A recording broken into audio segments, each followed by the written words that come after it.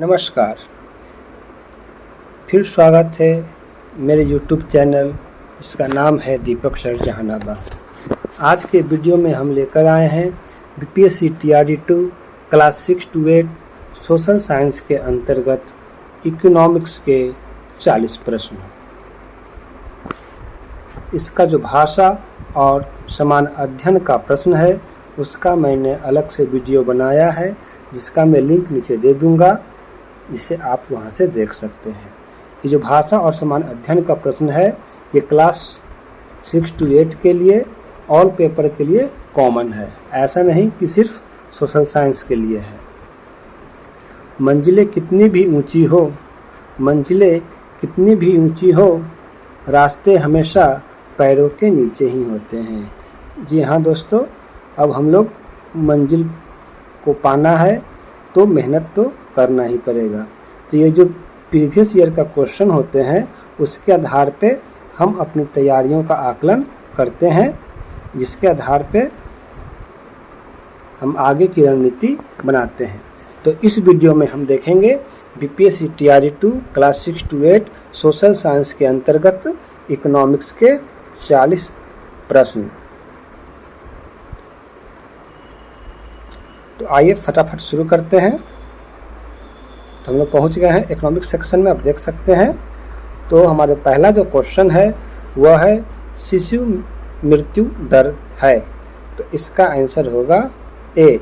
उस विशेष वर्ष में पैदा हुए 1000 जीवित बच्चों के अनुपात के रूप में 1 वर्ष की आयु से पहले मरने वाले बच्चों की संख्या।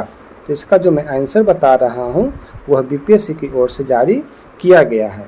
इसके बावजूद यदि आंसर को लेकर मन में कोई कन्फ्यूजन होता है तो आप अपने बुक से कंसल्ट करके उसका समाधान कर सकते हैं। क्वेश्चन नंबर 2 देखते हैं।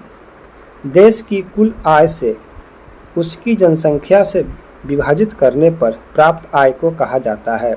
तो इसका आंसर होगा सी, प्रति व्यक्ति आय। क्वेश्चन नंबर 3 देखते हैं।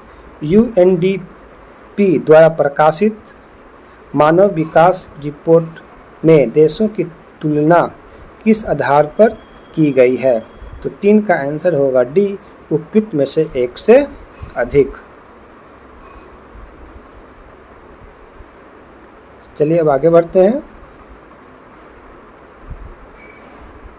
Question number 4। वर्तमान और भावी पीढ़ियों के लिए प्राकृतिक संसाधनों को बनाए रखकर आर्थिक विकास करना कहलाता है। तो 4 का आंसर होगा बी, सतत विकास। क्वेश्चन नंबर 5 की ओर बढ़ते हैं।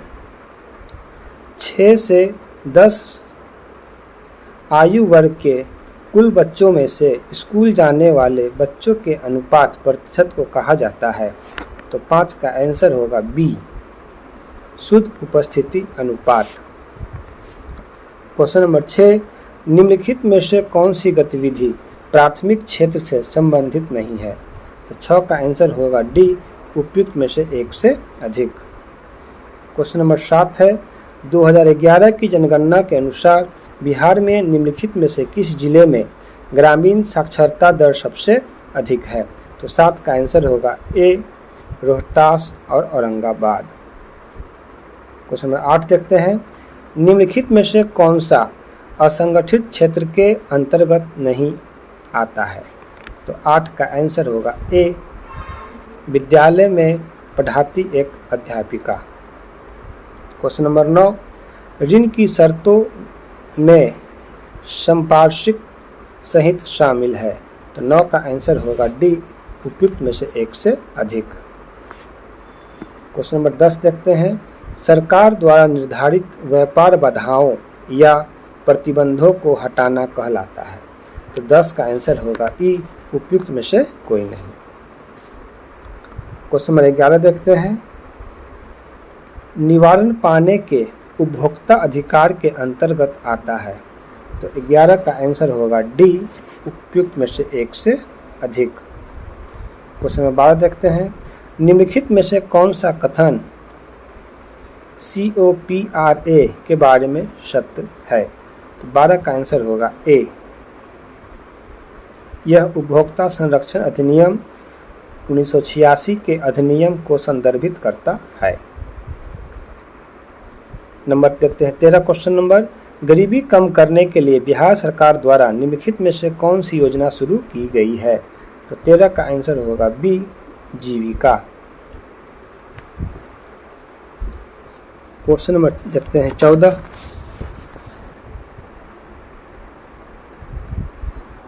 किसी देश में खाद्य सुरक्षा तभी सुनिश्चित होती है जब, तो 14 का आंसर होगा डी, उपयुक्त में से एक से अधिक। क्वेश्चन 15 देखते हैं, अंत्योदय अन्न योजना जुड़ी है, तो 15 का आंसर होगा बी, सार्वजनिक वितरण प्रणाली से। अल्प रोजगार का अर्थ है, 16 का आंसर होगा बी, जब लोग अपनी क्षमता से कम काम कर रहे हों। क्वेश्चन नंबर 17 देखते हैं, निम्नलिखित में से कौन देश में रोजगार स्तर पर पंचवार्षिक सर्वेक्षण करता है? इसका आंसर होगा ए, राष्ट्रीय प्रतिदर सर्वेक्षण संगठन। क्वेश्चन नंबर 18 देखते हैं, सकल घरेलू उत्पाद में क्षेत्रों के योगदान का उच्चतम से निम्नतम तक का सही क्रम चुनिए। तो 18 का आंसर होगा ए, तृतीय क्षेत्र, निर्माण क्षेत्र, कृषि क्षेत्र।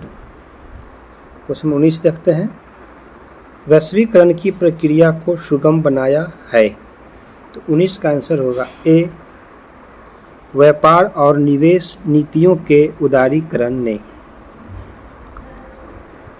क्वेश्चन नंबर 20, बहुराष्ट्रीय कंपनियों द्वारा भूमि, भवन आदि जैसी संपत्ति खरीदने के लिए खर्च किया गया धन कहलाता है, तो इसका आंसर होगा सी, विदेशी निवेश।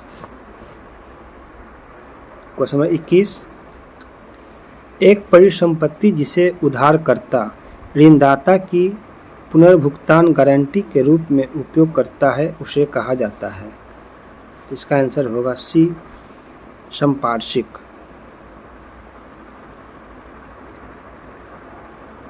क्वेश्चन 22 देखते हैं, वस्तु विनिमय प्रणाली के बारे में निम्नलिखित में से कौन सा सत्य नहीं है? तो इसका आंसर होगा ए, विनिमय के माध्यम के रूप में धन की उपलब्धता। 23, ऋण के औपचारिक स्रोतों के कामकाज की निगरानी द्वारा की जाती है, तो इसका आंसर होगा सी, भारतीय रिजर्व बैंक यानी कि आरबीआई। क्वेश्चन नंबर 24, बिहार की विकास दर के बारे में निम्नलिखित में से कौन सा कथन गलत है? तो इसका आंसर होगा डी, उपयुक्त में से एक से अधिक। 25 नंबर, फिल द ब्लैंक्स है, का अर्थ है किसी खाद्य पदार्थ में कोई अन्य पदार्थ मिलाकर उसकी गुणवत्ता कम करना, तो 25 का आंसर होगा बी, मिलावट। 26, जीवन और संपत्ति के लिए खतरनाक वस्तुओं और सेवाओं का विपणन के अंतर्गत आता है, तो इसका आंसर होगा ए, संरक्षित होने का अधिकार। 27 नंबर, निम्नलिखित में से मुद्रा के आधुनिक रूप की कौन सी महत्वपूर्ण विशेषता है? तो 27 का आंसर होगा ए, यह देश की सरकार द्वारा अधिकृत है। 28 नंबर, मानव विकास रिपोर्ट 2023 के अनुसार निम्नलिखित में से कौन सा देश HDI में भारत से ऊपर है? तो इसका आंसर होगा सी, बांग्लादेश।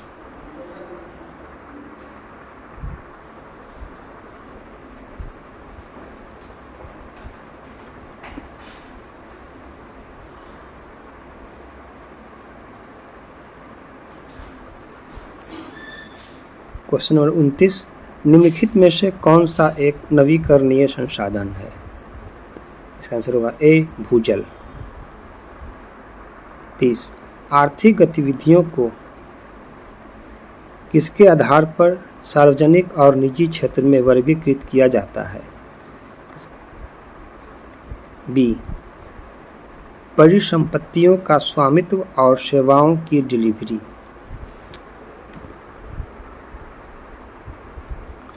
क्वेश्चन नंबर 31, निम्नलिखित में से बिहार के किस जिले की जनसंख्या की दशकीय वृद्धि दर 25% से अधिक है? इसका आंसर होगा ई, उपयुक्त में से कोई नहीं। 32 में देखते हैं, निम्नलिखित में से कौन सा नदी पशुपालन कार्यक्रम का उद्देश्य नहीं है? इसका आंसर होगा डी, उपयुक्त में से एक से अधिक। क्वेश्चन नंबर 33 देखते हैं, अस्थिरता और पूंजी खोने के जोखिम के दृष्टिकोण से लिक्विड फंड निवेशकों के लिए एक सुरक्षित विकल्प है। लिक्विड फंड के संबंध में निम्नलिखित में से कौन सा कथन सही है? 33 का आंसर होगा ए, लिक्विड फंड मुद्रा बाजार के साधन है। क्वेश्चन नंबर 33, किसी विशेष वर्ष के दौरान किसी देश के भीतर उत्पादित सभी अंतिम वस्तुओं और सेवाओं का मौद्रिक रूप कहलाता है? 34 का आंसर होगा ए, सकल घरेलू उत्पाद।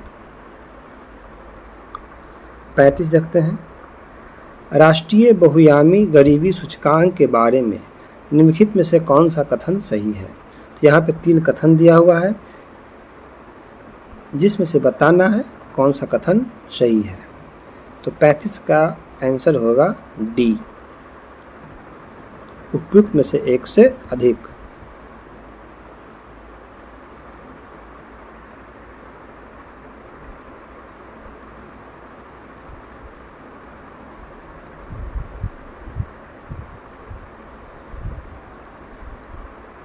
क्वेश्चन नंबर 36 देखते हैं, केंद्रीय एवं राज्य भंडारण निगम का उद्देश्य है। तो यहाँ पर 4 कथन दिया हुआ है, तो 36 का आंसर होगा ए, केवल एक।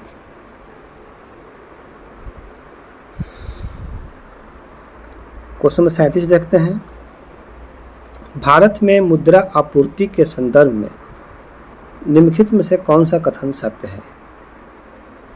तो इसका आंसर होगा सी, M1 सबसे अधिक तरल मुद्रा आपूर्ति माप है। क्वेश्चन 38 देखते हैं, निम्नलिखित में से कौन सी बिहार में जलवायु लचीले कृषि कार्यक्रम की विशेषता है? 38 का आंसर होगा डी, उपयुक्त में से एक से अधिक। क्वेश्चन 39 देखते हैं, निम्नलिखित में से बिहार स्टार्टअप नीति 2022 का सही उद्देश्य चुनिए। तो 39 का आंसर होगा डी,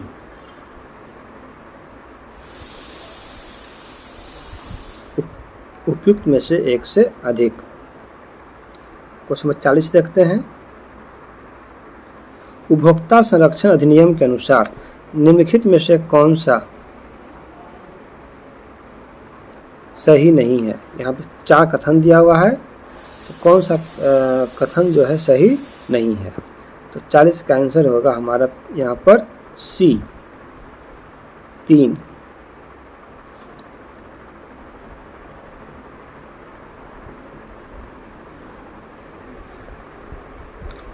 तो ये थे बीपीएससी टीआरई 2 क्लास 6 to 8 के अंतर्गत सोशल साइंस के इकोनॉमिक्स के 40 प्रश्न।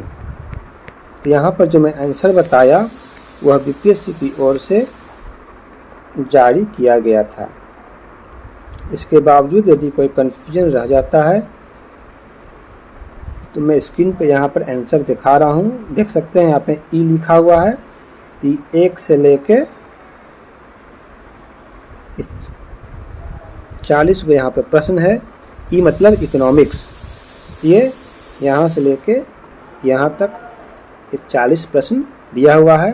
उम्मीद करता है आपको यह वीडियो पसंद आया होगा, तो इसे लाइक ज़रूर करें और सब्सक्राइब भी ज़रूर करें।